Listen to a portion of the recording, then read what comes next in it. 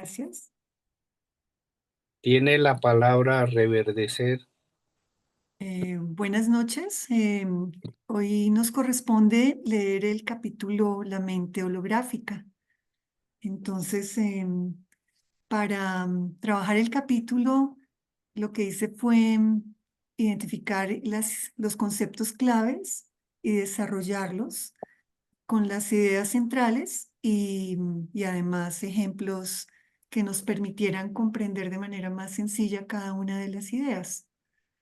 Em, para iniciar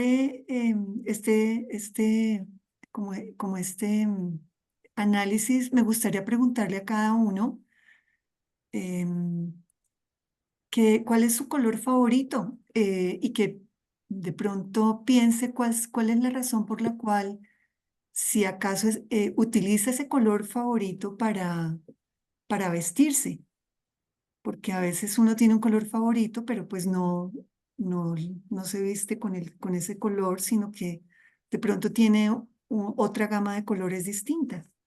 Entonces no sé quién quisiera, ya todos ya deben estar identificando su color. Y primero, la primera pregunta es ¿cuál es el color favorito? La segunda es si lo utilizan para vestirse. Y la tercera sería qué,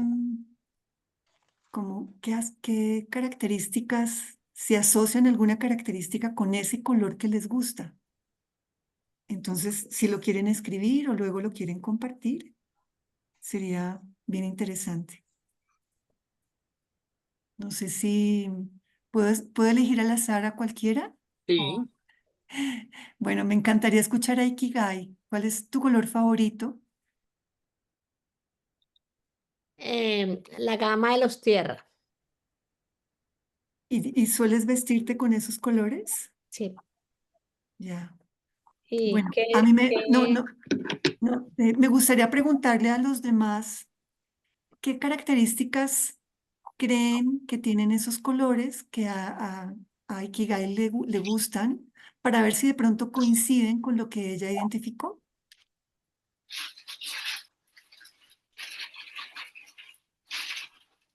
¿Alguien? Ana, Richard, Es quisiera que yo compartir.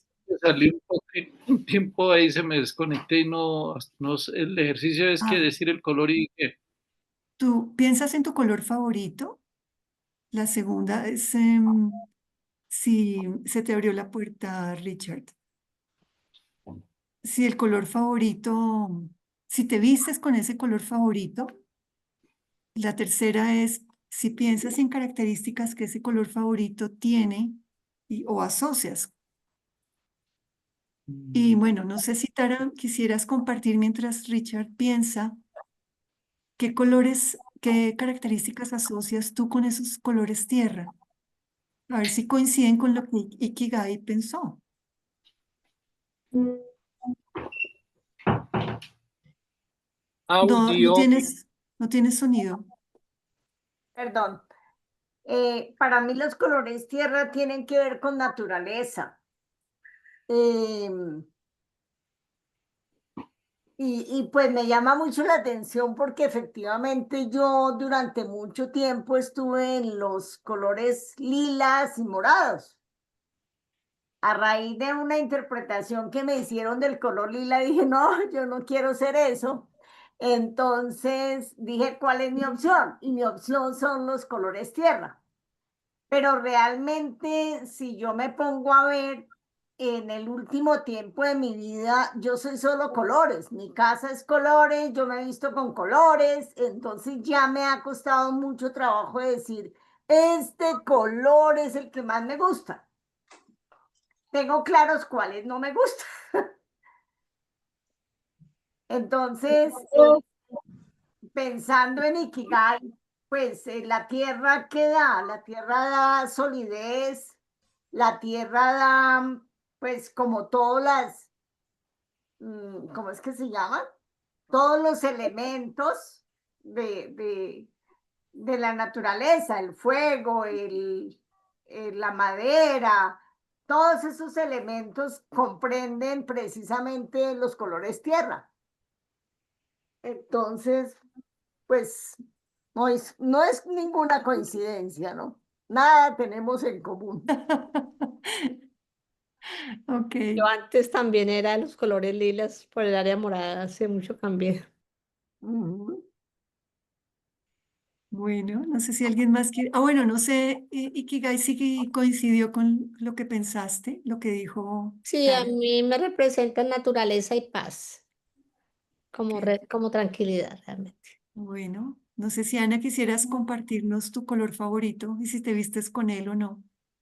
Bueno, mi color favorito hace ya un tiempo bastante grande, después de que mi color también era fucsia, y curiosamente me parece muy curioso, ¿no?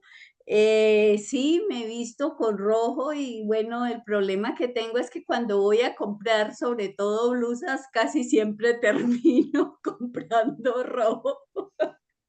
Eso ya es un problema para mí.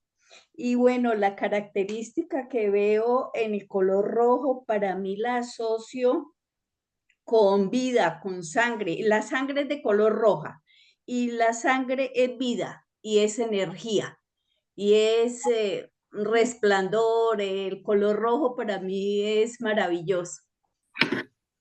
Ok. Bueno, Esmeralda, buenas noches. Estamos haciendo un ejercicio y es que nos compartas cuál es tu color favorito y si ese color, si te vistes con ese color favorito o no, y qué características asocias con ese color que te gusta.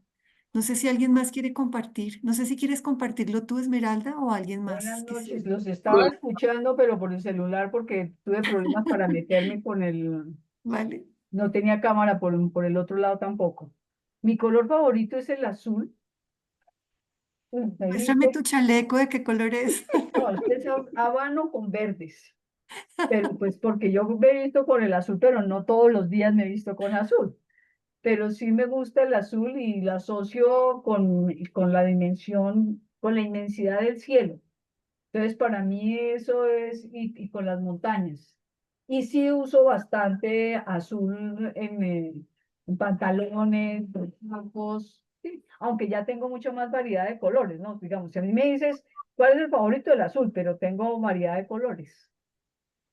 Ok, bueno. No sé quién más quiera compartir su color. ¿Neo? Bueno, ya. Ah, Richard. Básicamente yo visto con azul, pues es uno de mis colores que me gustan. Y otro es el verde, a veces lo combino y cuando quiero variar así uso el naranja. Básicamente son los tres colores. Les comparto mi creación. Ah, Wow. Los colores tierra. está muy Ah, qué bonito. linda. ¿La hiciste tú como tejida? Qué linda. Sí, con los colores tierra justamente. Mm, bueno. Bueno, este sencillo ejercicio. Ah, bueno, no, Neo, nos falta Neo. Bueno, a mí el color rojo, por coincidencia yo dije, no sé, ya lo había pensado cuando dijo Ana, y dije, ve qué coincidencia. El color rojo, ¿por qué? Para mí el color rojo es el fuego, la energía potente. Yo lo uso en la parte externa, no muy frecuentemente, pero internamente yo siempre llevo algo rojo en mí, ¿sí? Sea un pañuelo, sea ropa interior o lo que sea, ¿sí? Pero siempre llevo rojo, ¿sí? Entonces es muy raro que no lo lleve, ¿sí? Que la tercera pregunta es, ¿Qué asocias con el color? ¿Qué ay, características bueno, o ya más o cualidades? menos, Ya lo dijo. Ah, ya ok, lo dije. sí. Bueno, el mío es el verde. Por eso soy reverdecer. Y en una época tenía todo verde, era impresionante, como de las mismas gamas. Entonces, eso tenía cosas buenas porque todo me salía, pero entonces empecé a migrar a otros colores y ahora lo que hago es que cada día me visto de un color distinto. Tengo por ahí mi lista. Bueno, bueno, este ejemplo, este ejercicio me parece importante como ponerlo como de entrada para ver cómo siendo los colores, pues casi todos vemos los colores, bueno, las personas daltónicas creo que tienen una manera distinta de percibir los colores, pero los colores son los colores y cada uno le da una cualidad distinta, se relaciona distinto con los colores, generan en nosotros emociones o gustos o disgustos. Se me ocurrió este ejemplo porque Tara al inicio dijo que las flores blancas no le gustaban o el color blanco no le gustaba, pero tenía flores blancas. Entonces, pues tantas, tantas veces o muchas veces nos pasa algo similar en la vida, que las cosas son como son, pero a través del filtro de nuestra mente y de nuestras emociones, de nuestro cerebro, las podemos significar de manera distinta. Esto tiene que ver con el capítulo y el primer concepto es la mente holográfica y el observador. En el libro se plantea que la mente humana no debe entenderse como algo pasivo, sino que el observador, que es la conciencia que percibe, influye en lo observado. Lo que vemos, cómo lo vemos, determina lo que ocurre. Se utiliza la metáfora del holograma en la física cuántica y en algunas corrientes de la conciencia se habla de que cada parte contiene el todo. Así, nuestra mente estaría interrelacionada con el campo y lo que percibimos es una proyección de nuestra conciencia. Entonces, pues hablan sobre la teoría del orden implicado de David Bohm que refiere a un universo holográfico, que hay una realidad, que es la realidad que vemos como los colores, en este caso, en este ejemplo, y, y hay una realidad que podemos transformar a través de los filtros que utilizamos para percibirla y sobre como los juicios que tenemos para poderla interpretar.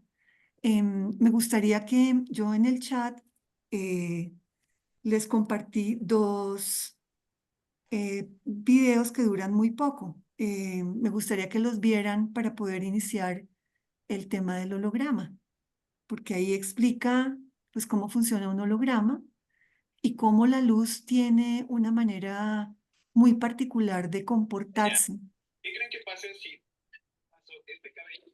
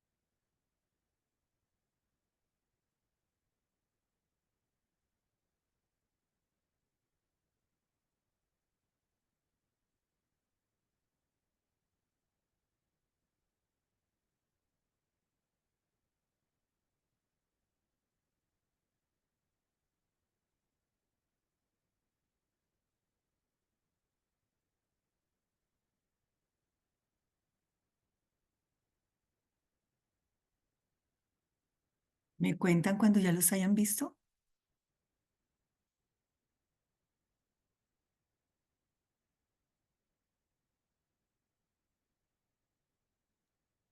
Yo ya los vi.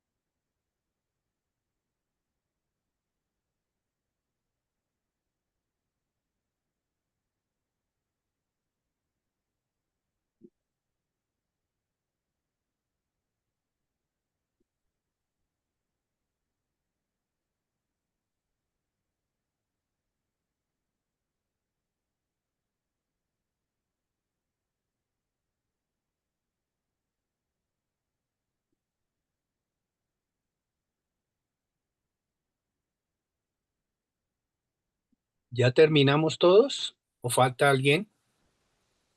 Son de casi 2 minutos cada uno. Ya terminé también. Ok. Yo también. Bueno, no sé si alguien tiene algún comentario sobre el conejito, sobre el pelo que pasa, el láser que pasa a través del pelo y el cabello y cómo se comporta de esa manera extraña.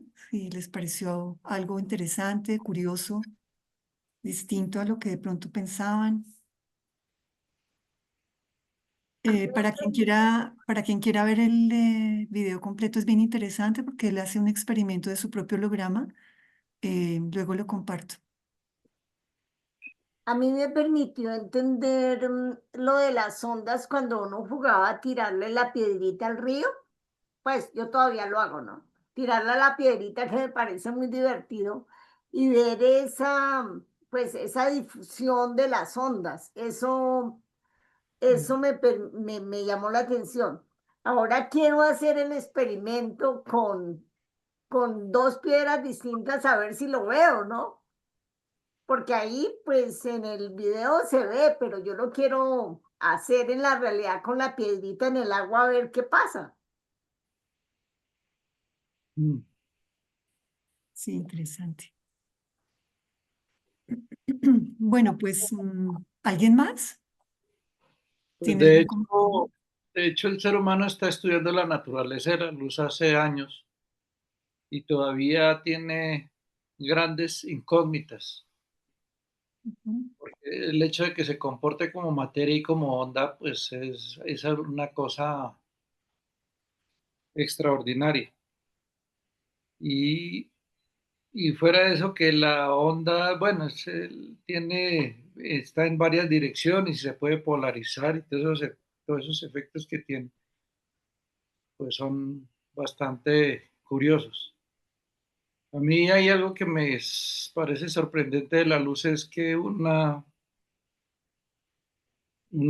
rayo de luz que se originó en distancias tan enormes que para decir que una galaxia por allá está a millones de años luz de distancia, es que la luz para llegar al telescopio gastó más de millones de años para llegar ahí y durante todo ese tiempo no se dañó, no se dispersó, no.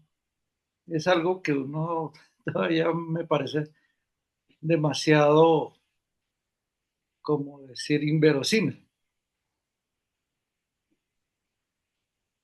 Mm. Y sobre todo que por ahí dentro de los análisis dicen que no, que la luz puede pasar a materia y pues un profesor una vez nos echó unos cuentos ahí que uno dice, pero esa vaina parece como de Ginny Neutron la noticia, porque sí decía que habían hecho experimentos en los cuales habían logrado que la conjunción de unos rayos habían logrado crear algo de materia, ¿no? Pero pues fue una cosa muy pequeñita y en un espacio durante un tiempo extremadamente corto, pero que son pruebas que por allá hacen en los laboratorios.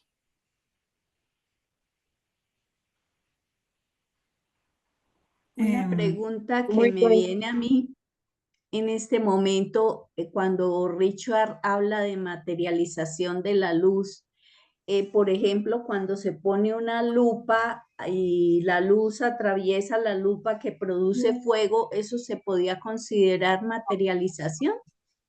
No, no, eso es concentración de energía. O sea, Ok. está la energía que pasa, por decir, de un área de 10 centímetros cuadrados se reduce a medio centímetro cuadrado, entonces todo eso es concentración de energía, que Ok. afecta a lo que esté tocando, lo afecta y lo puede quemar. Pero eso es muy diferente. Esos son unos laboratorios que han hecho por allá en equipos que son extremadamente grandes y costosos. Gracias. bueno, Mira, buenas noches. buenas noches, Sofía. El segundo video se parece mucho al del doctor Quantum, al de la doble rendija. cómo se mezclan las ondas y que cambia de acuerdo al observador. Respecto al ejercicio anterior, me voy a devolver un poquito. Tuve una oportunidad, hice un curso sobre el color y el profesor que nos dictaba esta clase decía que nosotros escogíamos el color de acuerdo, desde el subconsciente, de acuerdo al día que nosotros nacimos. Entonces, no era casualidad que nos gustara determinado color, que teníamos era que observarnos qué color veníamos nosotros a trascender en este plano, porque ese era el color que nos correspondía. Si nacimos un domingo, nos correspondía el color azul, que significa que quiero protección, necesito cobijo y la herida que vengo a sanar, ¿no? Si es el lunes, significa, el color es el amarillo, el color dorado, y significa sabiduría. Si nacimos un martes, ese color es el color rosa o el color rojo, que significa que es como el amor que necesito, vengo a sanar el amor. Si es el miércoles, es el color blanco y este color blanco es pureza, belleza. Si nacimos un jueves, el color es verde y significa sanación en todos los planos. Si nacimos un viernes, el color es el color naranja y ese naranja significa abundancia, prosperidad, dinero, materialización. Si nacimos un sábado, escuchaba a Tara, el color violeta. Dicen que el poder, que las personas que nacieron un sábado tienen una magia y un poder impresionante para transmutar todo lo que se les presenta. Son personas que tienen una capacidad muy avanzada, muy evolutiva en el plano de los 7 días de la semana. No por casualidad le gusta el color violeta, sino es un violeta donde representa magia. La magia, siempre cuando vemos los magos, cuando hacen magia, sale color violeta. Y si vemos en Semana Santa, los padres se visten de violeta, que es el color del perdón, el color de la transmutación. Entonces, sí, en ese nos comentaba que el color violeta era lo más poderoso que existía, que cuando tuviéramos sintiéramos que necesitábamos transformar algo, que nos compráramos una cobijita color violeta, morada, y que nos pusiéramos, y nos dábamos cuenta que el color funciona. Por eso cuando hacen estudio de la gama de colores en el rostro, no a todos nos funciona el mismo color, sino cuando hacen estudios sobre el rostro, a uno le sienta más, depende de las tonalidades, ¿no? Le ponen el color y uno le realza el rostro o le opaca el rostro. Entonces hablaban de que cada persona, si hoy me quiero poner azul, es porque siento la necesidad ese día de sentirme protegida, de sentirme apapuchada. Entonces, no es por casualidad el color, sino todo va desde el subconsciente. Pues quería compartirles esa sabiduría. Sofía, ¿y el lunes qué significa? Que no El dijiste. lunes es amarillo dorado, que significa inteligencia, sabiduría. Por lo menos dicen que cuando una persona va para una entrevista, debería ponerse colores amarillos o colores dorados. Muy ¿Y el interesante. domingo qué es? Señora, ¿El domingo qué es? el domingo es azul. Ah, ya. Sofía, esa información de los colores no la puedes escribir en el chat, está muy interesante. Listo, claro que sí, ¿Y, claro y, que sí. y de quién es Sofía? Porque a mí hace mucho tiempo me dijeron eso que tú estás diciendo, que mi color, que yo había nacido un jueves y mi color era el verde. Qué El curioso. verde, sí, sí. Yo estoy, Cada día representa. Puede ser que a mí me guste otro color, yo por lo menos nací un viernes y el color es naranja y no entendía por qué mi casa, los muebles son naranja, mandé a hacer unas flores son naranja, naranja. Normalmente no me he visto de color naranja, pero mi casa es de color naranja. Desde el subconsciente trabaja con el día, porque ese día que nacimos, ese día nos revela lo que venimos a sanar, lo que venimos o lo que ya somos. Entonces, todos somos un complemento, ¿sí? Los 7 días de la semana es un complemento y arma un arco iris. Entonces, cada día representamos un color y ese es el color en lo que somos más prósperos, ¿sí? Yo, supuestamente aquí yo nací un jueves. El verde, la gama de los verdes. Sí, me gusta el verde más. Yeah. No es casualidad. Ya ahorita se les mando la información. Gracias, Sofía. ¿Y cuál es tu color favorito? No, no te vi en el inicio para preguntarte. Me gusta el azul. Supuestamente me gusta el azul, pero en el fondo me doy cuenta que siempre el naranja. Me inclino por como decía quien era Ana, que decía que se va a comprar, supongamos, una blusa blanca y terminó comprando una blusa naranja, pero digo, no, naranja no me la voy a poner, entonces termino comprando una azul. Pero siempre uno se inclina por el color del día en que nació. Bueno, muchas gracias. Muy interesante. Bueno, dice, si rompes un holograma en pedazos, cada fragmento sigue mostrando la imagen completa, aunque menos nítida. Em, para Boom, el universo funciona igual. Lo que percibimos, las personas, los objetos, los sucesos, pertenecen a un orden explicado, que es lo visible, lo desplegado, el conejito. Pero detrás hay un orden implicado, oculto, profundo, donde todo está conectado y cada parte contiene el todo. No sé si podrían imaginar algún ejemplo donde podríamos hacer esa diferenciación entre el orden explicado y el orden implicado. Si alguien eh, tuviese un ejemplo, yo tengo uno, pero no sé si alguien quiere compartir el suyo o yo empiezo con el mío. Em, Quisiera que en el papel dibujaran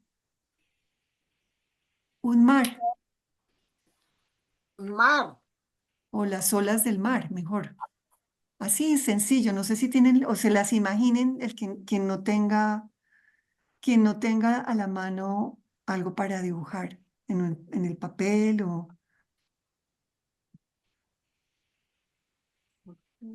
porque a veces tenemos como convenciones y además como de manera rápida, es sencillo de hacer, algo nada complejo.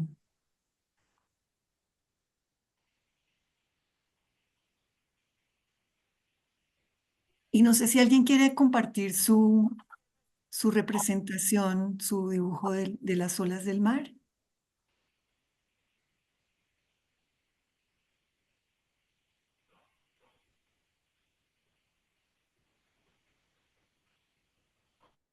Tara, te veo muy juiciosa dibujando.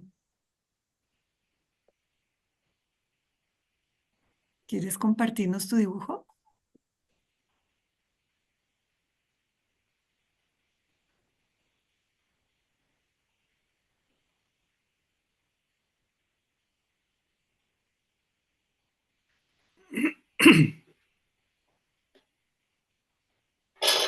¿Quiere compartir su dibujo? Bájalo un poquito, No se ve. no se ve. No se ve. Bueno, Bájalo.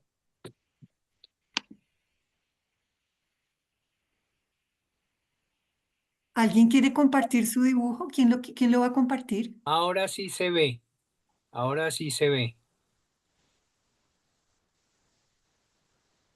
Ese es un mar muy agitado. Ikigai, habla para que quede en la pantalla grande y lo podamos ver. O chifle.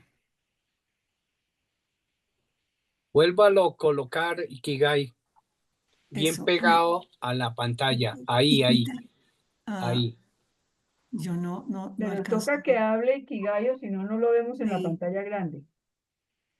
Hable, Ikigai. Haga sonar las olas, por favor. Toca Ahora aprender. sí. Las olas del Mar Caribe. Sí, Eso, muy bien. sí, ahí sí se ve perfecto. Muy bien. Esto fue después de ahorita del huracán. Sí, estaba Bueno, el mar tormentoso. entonces, dice, cada ola parece individual, pero todas forman parte del mismo mar. Las olas son el orden explicado, lo que observamos, y las representaciones, pues, son líneas como que ondean, ¿no? Que van ondeantes. El agua del mar es el orden implicado, la realidad más profunda, de donde todo surge y a la que todo vuelve. Así lo que vemos como separado es lo que es solo, perdón, una manifestación temporal de una misma totalidad. Otro ejemplo, una canción en una radio. Cuando prendemos pues queremos escuchar música, pues la música no está en el parlante o en el celular. Está en una frecuencia invisible implicada en un campo electromagnético que pues el aparato despliega para que la podamos oír. La frecuencia invisible es el orden implicado, información potencial. La canción o lo que escuchamos es el orden explicado, que es la información manifestada. Ujú. En una semilla de manzano está implicado el árbol entero. Sus ramas, sus flores, sus frutos aún no se ven, pero están codificados. La información potencial del árbol es el orden implicado. El árbol visible que crece es el orden explicado. Entonces, el universo sería como una semilla cósmica que despliega su información constantemente. En resumen, el orden implicado en el mar, la semilla, la frecuencia de la radio, y en el orden explicado serían las olas, el árbol y la canción. No sé si es claro el ejemplo, Perfecto. son claros los ejemplos para comprenderlo. En la teoría del orden implicado, es una concepción especulativa de la física teórica y la metafísica, apoyada primero por el físico estadounidense David Bohm, luego retomada pues, por otros investigadores y autores. Según esta teoría, una realidad más profunda subyace al universo y el mundo que el ser humano percibe con sus sentidos es solo una ilusión, una especie de fantasma o proyección de esta coherencia oculta. La noción de orden implicado enfatiza la primacía de la estructura y el proceso sobre los objetos individuales. Estos últimos se interpretan como simples aproximaciones de un sistema dinámico subyacente. Las partículas elementales y todos los objetos tendrían, por tanto, solo un grado limitado de individualidad. Y ahí había no recuerdo exactamente ya se me olvidó hasta el nombre del señor, creo que era el señor Ginás, el doctor Ginás, que escribió un libro súper importante que se llamaba Sobre el cerebro, ¿se acuerdan? ¿Cómo se Sí, llamaba? ya se los muestro. Ok. ¿Ustedes recuerdan una de las premisas de su libro sobre cómo, de acuerdo a la estructura del cerebro de las personas o de los organismos vivos, de acuerdo al cerebro, el cerebro podía interpretar la realidad de acuerdo a lo que le interesaba para la supervivencia. Entonces una abeja desarrolla, no sé, los ojos de una determinada manera o sus, sí, para poder identificar la luz ultravioleta, para poder orientarse, para poder identificar con los rayos del sol, con, bueno, tener la posibilidad de ver dónde está el panal, pero los seres humanos no tenemos esa posibilidad. Nuestra gama de percepción de los colores o de la luz es distinta, porque hemos desarrollado otros filtros para que la información que necesitamos para esa supervivencia pues nos permitan eh, estar como en el mundo e identificar una realidad distinta. ¿Recuerdas, Neo, sobre el libro? Me imagino que lo leíste. Si lo El tienes. libro se llama El cerebro y el yo, Ah, ok. pero no lo encontré. Vale, ok, vale. Gracias. Em, Entonces, bueno, un concepto importante, otro concepto importante que desarrolla el autor en el libro es el concepto de la proyección y la percepción. Em, no sé quién quisiera compartir su idea de lo que es proyección o percepción.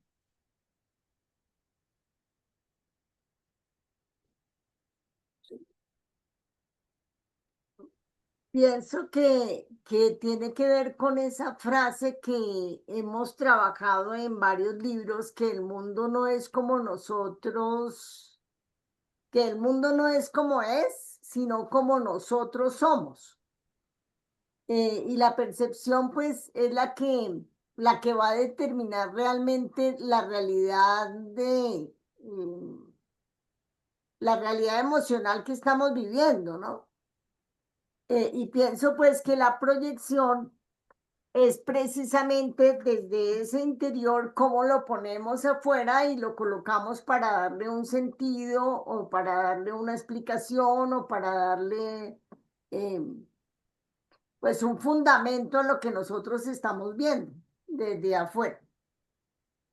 Así es, Tara. Pues el capítulo subraya que nuestra percepción está cargada de juicios, creencias y programas inconscientes. Lo que vemos del otro o de la situación muchas veces es una proyección de lo que llevamos dentro, lo que decías.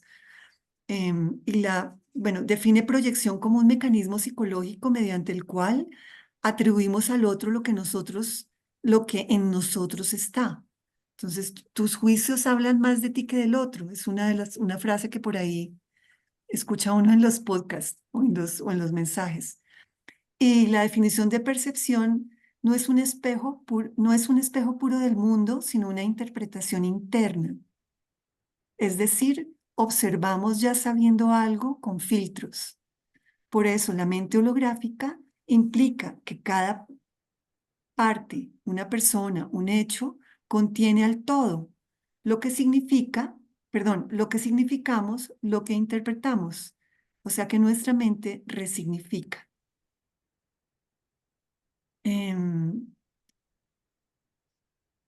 Me gustaría preguntar si a través de la historia de cada uno ha podido como resignificar como una creencia, un prejuicio, un juicio sobre las personas, sobre, digamos, los inmigrantes, sobre la manera como nos relacionamos. Si alguien quisiera compartir una experiencia de lo que antes pensaba y de lo que piensa ahora sobre el mismo tema, como cómo ha ampliado su perspectiva y si quisiera compartir cuál fue la razón, el evento, la experiencia que le permitió como transformar esa creencia en una distinta, en una de pronto más amplia o más, que integrara más de pronto, sí, que ampliara esa creencia inicial. De pronto, yo digamos, digamos una algunas de las creencias que yo me he trabajado mucho tienen que ver con el dinero y la abundancia. Yo nací, como seguramente la mayoría, en un ambiente muy católico y muy con la creencia de que el dinero era malo. ¿Sí? El dinero era malo y entonces siempre venía a mi mente la mala interpretación, porque es una mala interpretación, del cuento de que es más fácil que pase un camello por el ojo de una aguja que un rico al reino de los cielos. Esa la tenía yo ahí metida. Y entonces más o menos tenía la idea que si uno tenía prosperidad económica, eso implicaba alejarse de toda la espiritualidad, ¿no? Como esa división entre el dinero y lo espiritual. Y eso pues ha sido algo que ha ido pues cambiando mucho. En este momento no lo veo así de ninguna manera. Y fue cambiando a través de tomar contacto con otras ideologías y con otras personas, e incluso con personas muy metidas digamos que me ayudaron a ver, por ejemplo, lo bíblico desde otra perspectiva, inclusive lo bíblico desde otra perspectiva. Y ahí se amplió la idea a, pues, el dinero, pues es simplemente una energía y pues usted decide igual que un cuchillo si lo utiliza para matar gente o para pelar papas, ¿no? O sea, el dinero como energía está ahí, pues no hay nada de malo en tenerlo, sino qué hace usted con él, ¿no? Y cómo, digamos, la abundancia forma parte de la espiritualidad, y así, digamos, ha sido todo pero fue cambiando y se fue ampliando a permitirme estar en contacto con otras cosas y dejarme interpelar por otros discursos y yo misma ir buscando eh, como que otras ideas iban un poco en contra de mi paradigma. Y pues sí, ha cambiado muchísimo, ¿no? Y tengo, por ejemplo, por ahí lo tengo todavía, un escrito que algún día alguien me puso a hacer en algún curso que hice sobre dinero de, de lo bíblico, y entonces empezar a mirar como más fino, ¿no? Entonces, por ejemplo, la genealogía de Jesús, pues Jesús viene del rey David y el rey David, debajo del rey David está el rey Salomón, y pues Salomón estaba picho en plata, ¿no? Y además era sabio, entonces, pues cuál cuento de que, pues, hemos dicho, el linaje de Jesús es de gente muy rica, ¿no? Y entonces, ¿quién era José? Y entonces, no, resulta que José era un carpintero, y uno se imagina el carpintero del barrio, y resulta que en esa época ser carpintero, eso era una cosa interesante, ¿no? O discusiones con un profesor de religión que me decía un día, un profesor de religión de uno de los colegios donde yo trabajé, que era muy próspero, y un día me decía, Esmeralda, usted es que usted no lee entre líneas, ¿no? Yo decía, bueno, y entonces dígame qué lee usted entre líneas. Entonces me dice, ¿usted se acuerda cuando dicen que los romanos, los soldados romanos, se estaban agarrando y peleando por el manto de Jesús? Yo, pues sí. Me dice, pues a ver, piense, si el manto de Jesús fuera un trapo, pues los romanos que eran los invasores y eran ¿no? Se iban a pelear un trapo, de verdad. O sea, y si el manto de Jesús era algo que merecía ser peleado, pues entonces, ¿cómo era el manto de Jesús, no? Y entonces Jesús era un pobre diablo que caminaba por ahí maltrecho, mal vestido. Entonces, todo ese tipo de cosas se fueron acumulando y como cambiando una creencia, ¿no? Unas creencias que yo tenía ahí. Muchas partiendo de ese mismo cuerpo de creencias, pero mirado desde otra perspectiva más amplia. Bueno, ¿alguien más quiere compartir? Seguimos con la siguiente idea. Bueno, otro concepto tiene que ver con el observador sin juicio. Una parte clave es la idea de que el observador sea efectivo. Esta idea a mí me hace un poco de ruido, ¿no? Quiero confesar. Para que nuestra conciencia cambie la experiencia, debe observar sin juicio predeterminado, es decir, dejar de anticipar, de etiquetar, de cerrar posibilidades.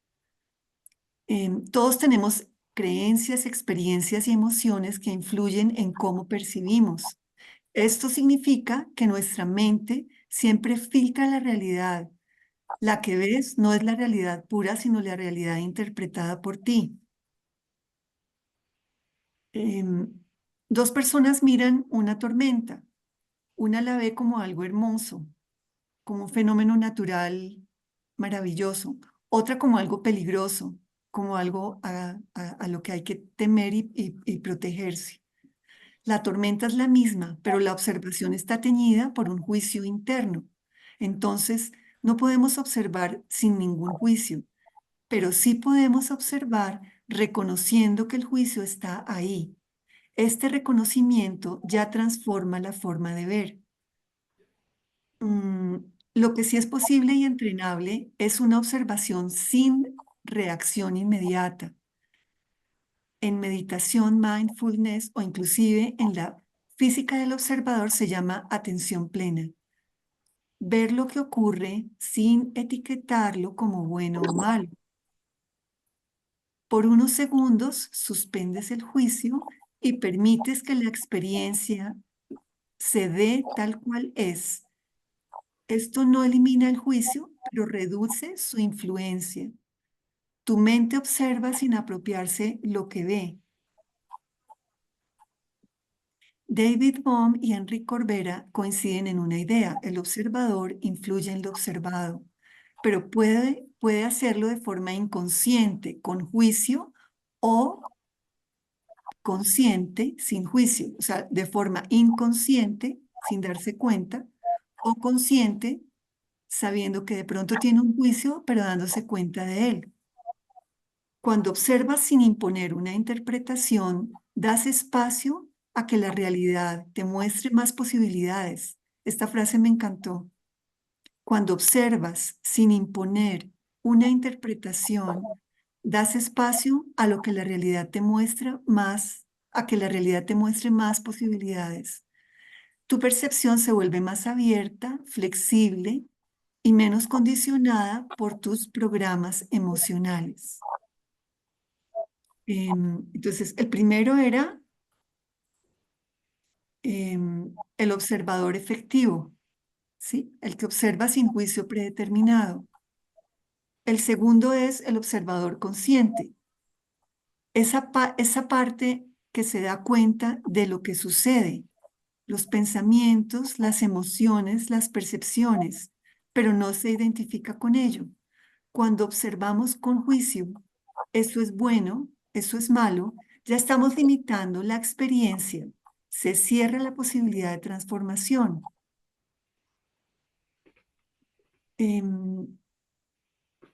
No sé si alguien quisiera compartir sobre este tema una experiencia o para poner un ejemplo como de cuando observamos de manera que podamos ser conscientes de nuestros juicios o, como dicen, de manera siendo como observadores eficientes.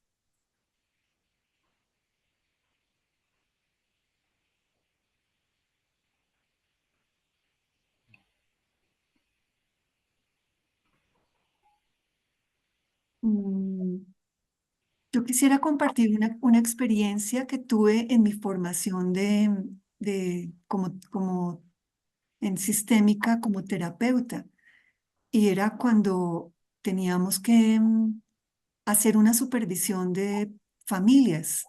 Entonces era bien interesante porque estábamos detrás de una cámara de Gesell. Una cámara de Gesell es un espejo que hay entre una habitación y otra, en la que cuando yo estaba con la familia no podía ver a través del espejo, pero en la habitación contigua en donde estaban las personas que me estaban supervisando y mis compañeros de formación, ellos podían ver lo que estaba ocurriendo en el otro lado. Obviamente la familia sabía que estaba siendo observada y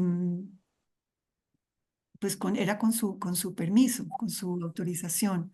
Entonces, en mí ocurrió un ejercicio muy interesante, y es que yo estaba ahí presente, interactuando con la familia, pero el hecho de que estuviese sintiéndome observada hacía que yo tuviera mayor conciencia de cada una de las preguntas que hacía, de cada una de las intervenciones, inclusive o sea, fue un ejercicio como que me abrió a un paradigma distinto de ser observador que está siendo observado por mí misma como terapeuta en formación, pero al mismo tiempo por otros que estaban observando mi interacción en esa dinámica. Y, y fue un desafío muy grande, pero una experiencia que fue muy valiosa.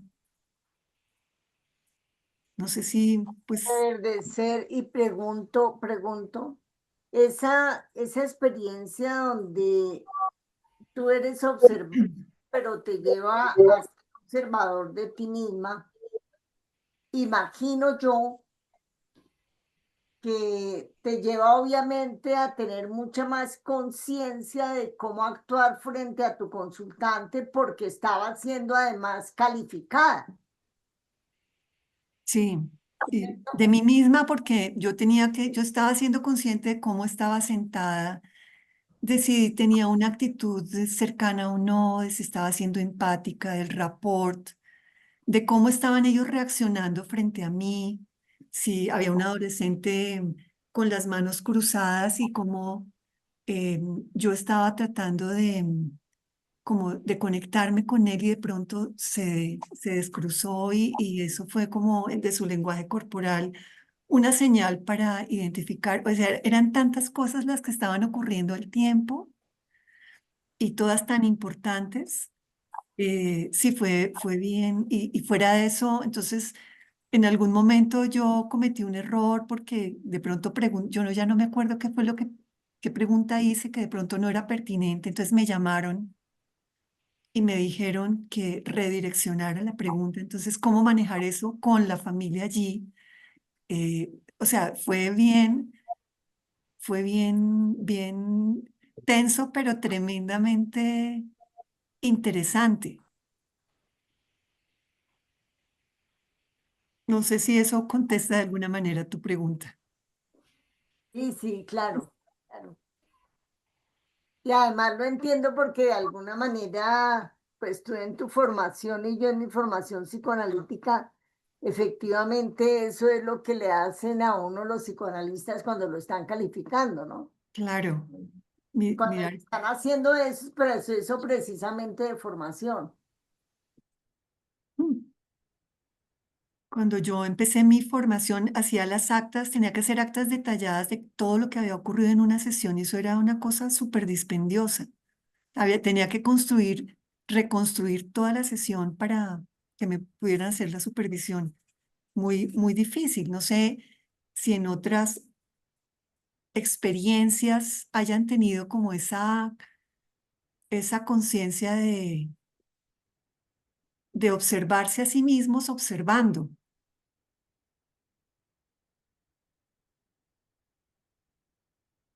y de cómo de pronto esos juicios que de pronto surgen pueden ser resignificados en la misma interacción. Sí, de pronto, no sé, se acerca a una persona, un habitante de calle a pedirle comida a uno, entonces el juicio es, tengo miedo, me va a robar, me va a hacer daño. Y de pronto uno ya está inmerso en esa situación y lo que hace es conectarse con la necesidad de la persona.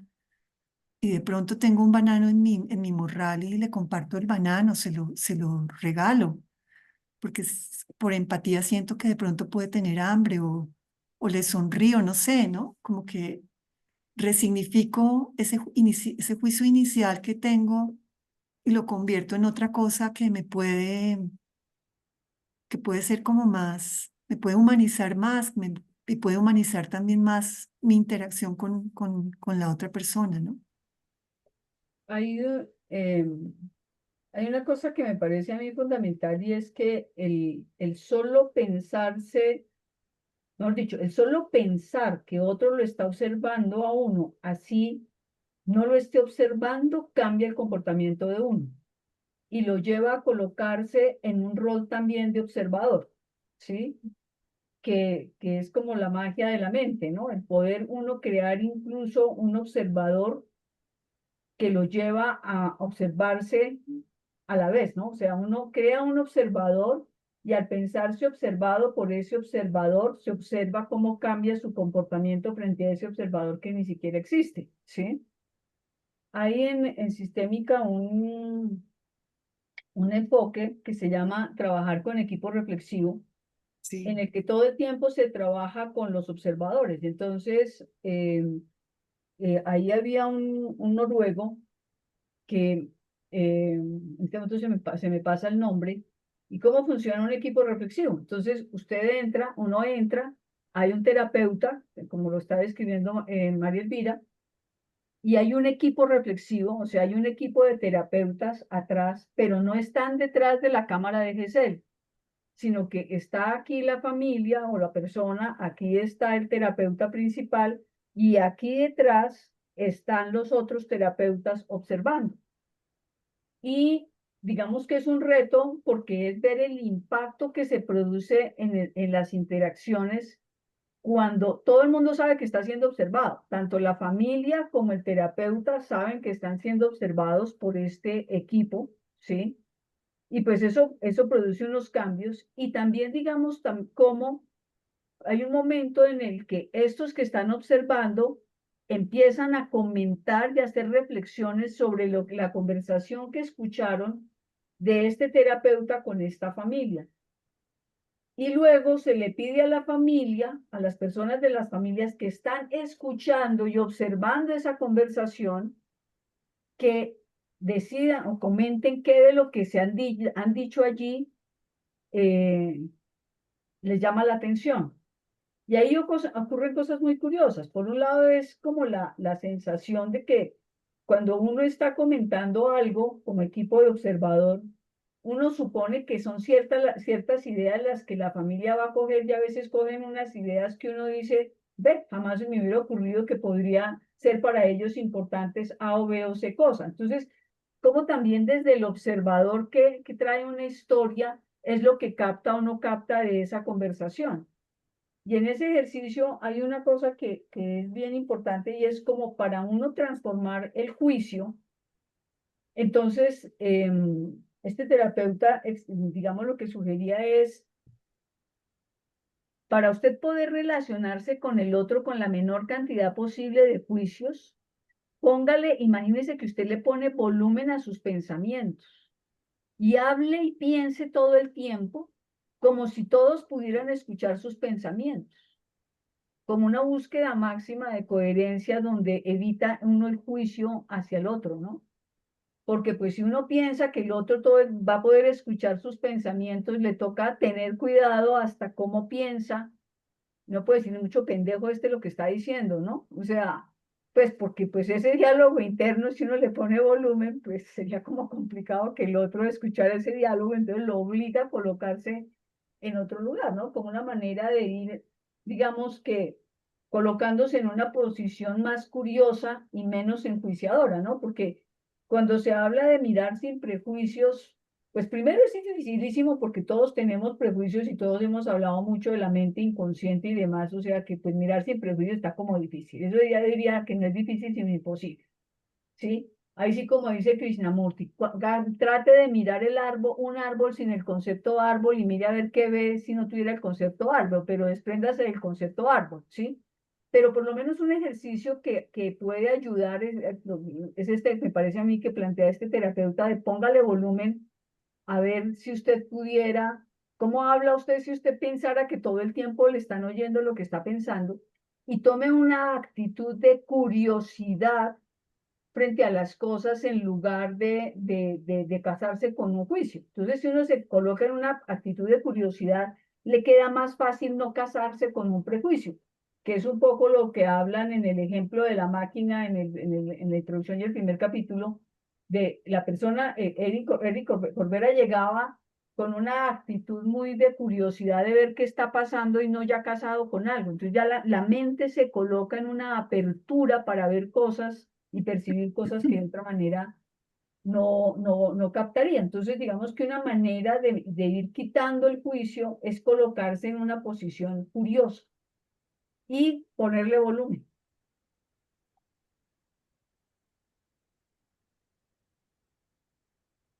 Bien interesante, Esmeralda. Mm, ¿Alguien quisiera compartir alguna opinión o alguna reflexión? Pues yo veo que para también hacer ese ejercicio, eh, cosa que también me parece difícil, es cómo quitamos la emocionalidad de una realidad que estamos viviendo en un momento dado. Por ejemplo, viéndolo del ejemplo del habitante de calle que pone reverdecer, ¿cómo quito la emoción que yo puedo tener en relación al habitante de calle como sinónimo de peligro que me va a atacar y disminuir mi miedo, cuando posiblemente el hombre está tan llevado que ni siquiera va a poder atacarme, ¿no? Entonces, desligar esa emocionalidad adyacente a una realidad que esa es la realidad, es un habitante de calle, pero yo le coloco toda la situación que va al lado según lo que yo estoy sintiendo en relación al habitante de calle. Y es un ejercicio pues muy complejo, no solamente quitar los juicios en el sentido de calificar o no la situación, sino de manejar mi emoción, entendiéndolo que, que esa realidad es, concreta es. No cambia el habitante de calle si yo le tengo miedo o le tengo confianza. El habitante de calle sigue siendo igual, el habitante de calle.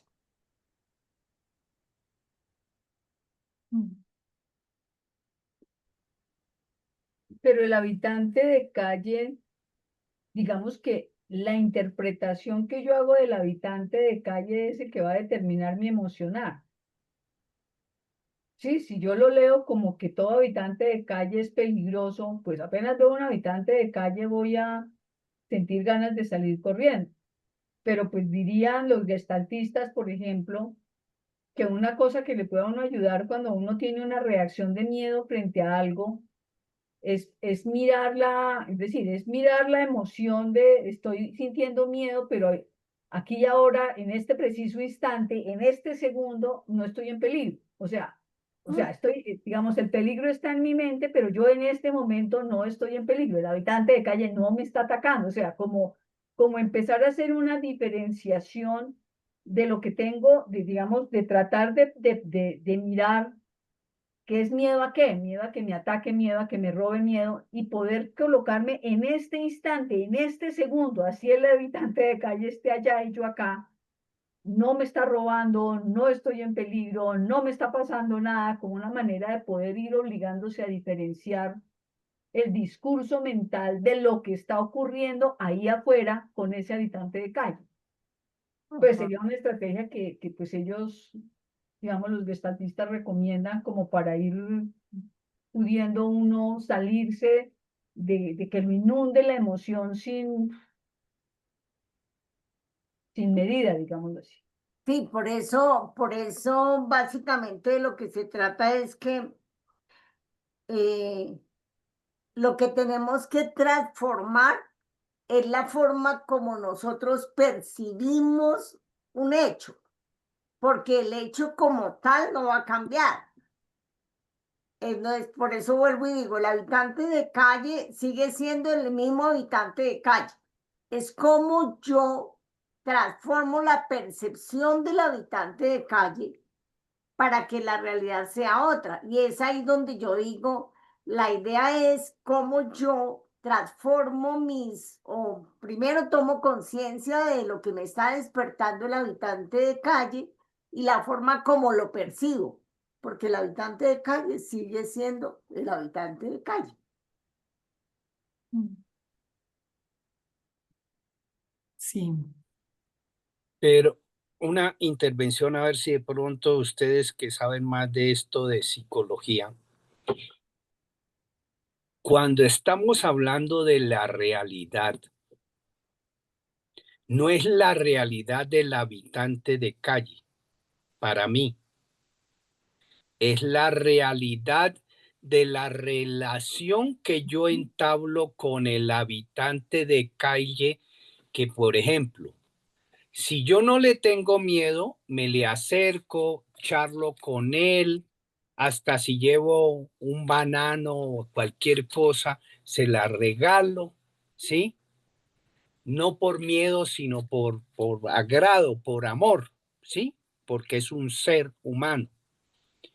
En cambio, pues, si tengo miedo, pues entonces me alejo de ese habitante de calle y no puedo tener esa relación con el habitante de calle. Entonces, para mí, lo fundamental de la realidad es la relación que entablo con esa realidad, porque yo puedo transformar esa realidad. La transformo con una sonrisa o una palabra bonita con el habitante de calle, o con una agresión si le tengo miedo, como me sucedió una vez. Voy a contarles el caso. Yo iba por la zona industrial en Bogotá, que era una zona bien peligrosa porque había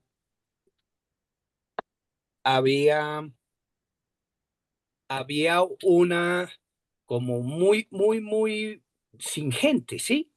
Y yo iba con mi pareja y cuando vi que se me acercaba el habitante de calle, yo sentí miedo y ¿sabe qué hice? Me le enfrenté, me le fui a frente, así. Le dije, bueno, ¿qué es lo que quiere?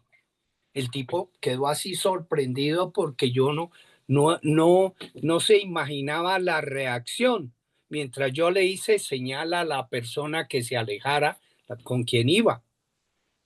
Y después, cuando el tipo quedó paralizado, yo aproveché para retirarme rápidamente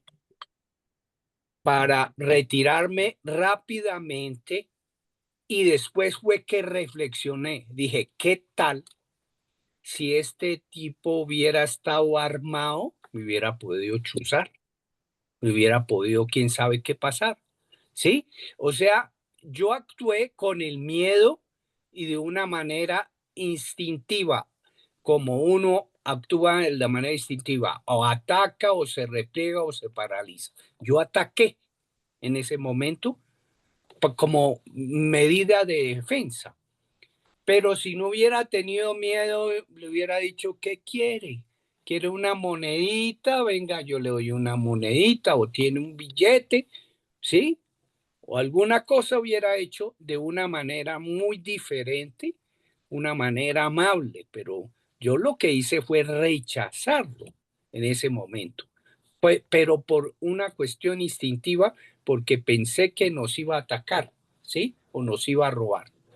Mira la diferencia entre la realidad de ese momento, hubiera podido ser una realidad dramática, donde el tipo hubiera estado armado y fuera una persona agresiva, me hubiera podido atacar, ¿sí? Entonces, es la realidad. No, eh, la realidad yo la creé, no fue él el que la creó. La creé yo, mi realidad, ¿sí? Pero, pero Neo, yo pienso que si entras en interacción con la persona, no solo la estás creando tú, sino es la dinámica con la Claro, persona. claro, Porque tú estás, bueno, yo me imagino en una situación así, estoy evaluando muchos factores. Si siento que estoy en riesgo, puedo o salir corriendo y huir, porque sí, me siento en peligro, o hacerme la valiente y enfrentar la situación y decir, eh, seguramente me va a pedir dinero, deme mona, deme, como dicen ellos, cualquier cosa, bueno. Entonces yo digo, bueno, no tengo en otra ocasión o saco mi billetera 5.000 pesos o 2.000 pesos y se los doy, qué sé yo, para salir del tema. Si yo veo que estoy en peligro, a mí no me importa, yo salgo corriendo. Ujú. Es que ni siquiera lo pienso, simplemente actúo. Pero Pero no tiene que ver solo porque yo identifiqué la actitud de la persona. Si está, a ver, hay unos habitantes de calle que son, uno siente que, es- que, que son pueden poner amigables. en peligro. Entonces, pues no me voy a arriesgar.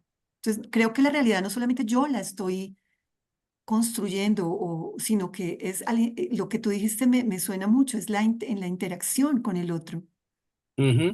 Pero pues cómo interactúo yo con el otro, pero el otro también está poniendo su parte. Ujú. Pero también digamos lo que va surgiendo en cada quien, ¿no? Sí, Porque, claro, por claro. ejemplo, si exactamente, si hubiese sido un hombre agresivo, reacciona con más agresividad, él en ese Claro. momento se asusta, pero si es en últimas, en cada interacción donde hay dos posibles actores, el resultado puede ser completamente la construcción la construcción que se hace de realidad es completamente diferente dependiendo cómo actúe cada uno de los actores. Entonces, frente a ese mismo ladrón, digamos, el que a alguien le muestre miedo, podría él tener una reacción de buscar robarlo. O si el que le ofrece una moneda, entonces el otro puede decidir que se acerca y lo acompaña un rato. O sea, cada interacción se vuelve única en la construcción de realidad única. Sí, así es.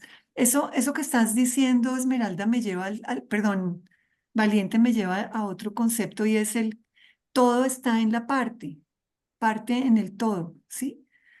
Y es en esa metáfora holográfica. Cada parte contiene la información del todo, significa en nuestras vidas que cada síntoma, cada relación, cada patrón repetitivo apunta a una estructura mayor que se repite. Entonces, ¿por qué? Porque responde a algo que ya está en mí instaurado, ¿sí? Ujú. Esto se relaciona con la idea de que en nuestra biología, emociones, historia personal, familiar están interconectadas, de que nuestra biología, perdón, emociones, historia personal y familiar están interconectadas. Lo que sucede afuera es el espejo de lo que sucede adentro, lo que decía Neo, ¿sí? En tu afirmación. Entonces, reconocer que la parte, una reacción, un conflicto puede llevarnos a el todo, que es un patrón, una creencia profunda, es parte del trabajo del observador. Entonces, ¿hasta qué punto estamos siendo conscientes de, bueno, qué me pasó y cómo reaccioné, esto que me sucedió, qué tan responsable soy prefiero más bien estar en el lugar de la víctima? La implicación es no ver las cosas de forma aislada, sino como manifestaciones de algo mayor que podemos mirar y transformar. Em, y esto nos lleva al último concepto, que es influir, el concepto de influir en nuestra vida mediante la observación. Entonces, el mundo que vemos es el mundo que queremos ver. Es una de las afirmaciones como conclusión. Nuestra forma de observar con qué creencias, emociones, filtros va, perdón, nuestra forma de observar va a determinar cómo reaccionamos, qué atraemos, cómo interpretamos los hechos. No significa que todo dependa de la voluntad en modo mágico, sino de tomar conciencia de que si participamos en lo que vivimos y que cambia, perdón, y que cambiar la mirada cambia la experiencia. Qué pena, vuelvo a leer porque no lo leí bien. No significa que todo dependa de la voluntad en modo mágico, sino de tomar conciencia de que si participamos en lo que vivimos y que cambiar la mirada cambia la experiencia.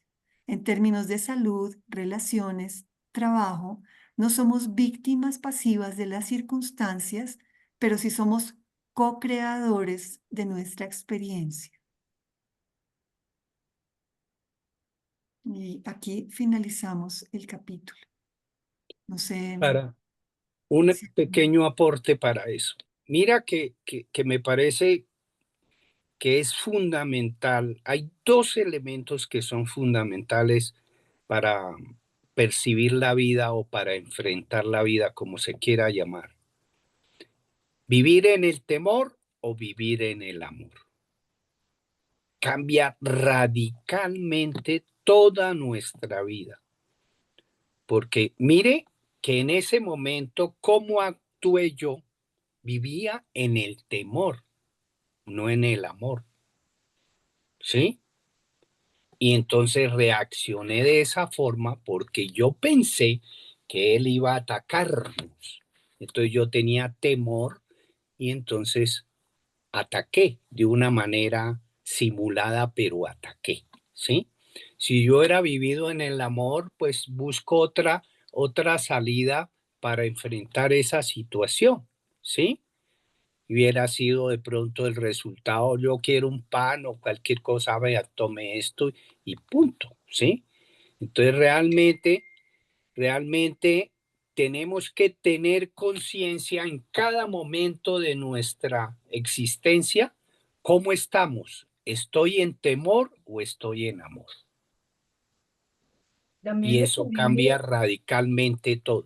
yo creo que desde ahí jala uno o no cosas, ¿no? Cuando oigo a Neo, me acuerdo cuando trabajaba yo en el centro, en el Mayor de San Bartolomé, que queda en la séptima con séptima, una trabajadora social que llegó al colegio, una chica muy joven en ese momento, y pues como muy desubicada del contexto, se baja en la décima de su Ujú, buseta, la buseta en esa época, con una chaqueta de cuero finísima.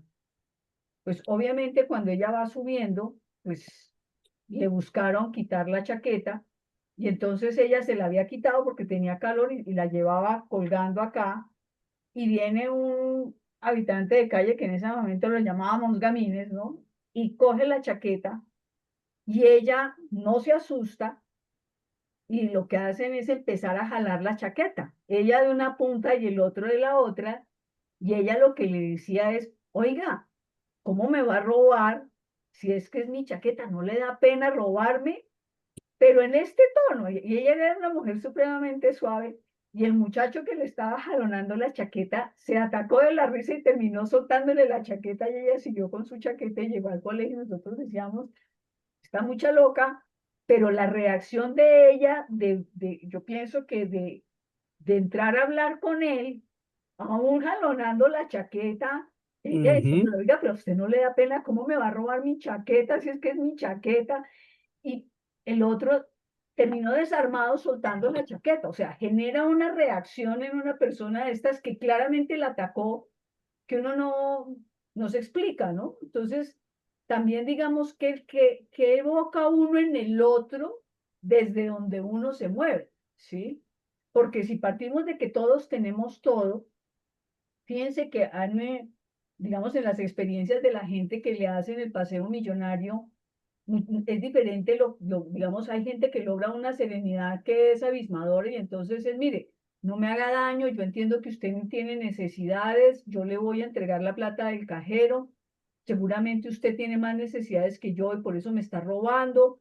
Y generalmente, digamos, personas que les ha pasado eso no las atacan, pero ahora tenga la serenidad para hacer eso en un momento en que a usted lo están atacando, pero logra evocar en el otro una parte de humanidad que está muy escondida en ese momento, pero que si uno parte de que que todos tenemos de todo, es bien complejo, ¿no? Pero es una postura que a mí me parece muy profunda. Uno de mis profesores decía, hay que tener presente siempre que hasta un asesino es más que un asesino. O sea, en él, hasta en una persona asesina hay de todo, ¿sí? Hay bondad también, por allá en algún lado, por ejemplo. Hay conciencia en algún lado, ¿sí?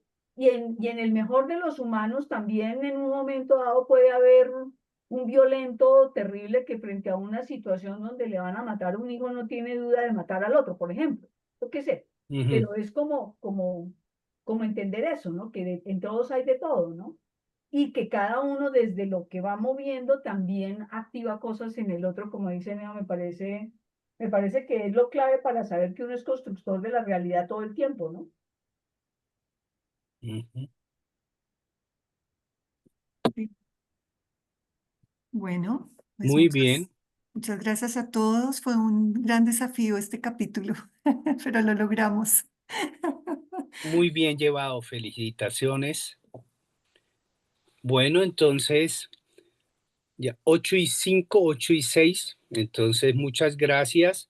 El próximo capítulo lo tiene Luz. El siguiente lo tiene Tara y el siguiente lo tengo yo. Entonces, para que sepamos, entonces, feliz semana. Nos vemos en 8 días. Y el sábado nos vemos, ¿no? Ah, el Nos vemos sábado, el sí. sábado. Sí, el sábado nos vemos. Y Sí. es decir, es en la cosa esa de Alpina, ¿cierto? De Alpina nos vemos a las 10 de la mañana, ¿no es cierto? Y de ahí salimos para el restaurante, ¿verdad? De ahí salimos a mediodía para el restaurante y compartimos ahí el almuerzo y ya por ahí a las 3 de la tarde ya nos volvemos a nuestros hogares. Vale. ¿Sí? Bueno, Así es el plan. Tara no tiene audio. Ay, perdón. Así es el plan. 10 de la mañana para terminar 3, 3:30. Perfecto. Bueno, Listo. entonces, Entonces nos Gracias. veremos con mucho ánimo. Que tenga un sí, buen encuentro. Gracias. bueno, Gracias. Bye. gracias, Chao. Ikigai. La extrañaremos. Listo. Chao. Chao, chao.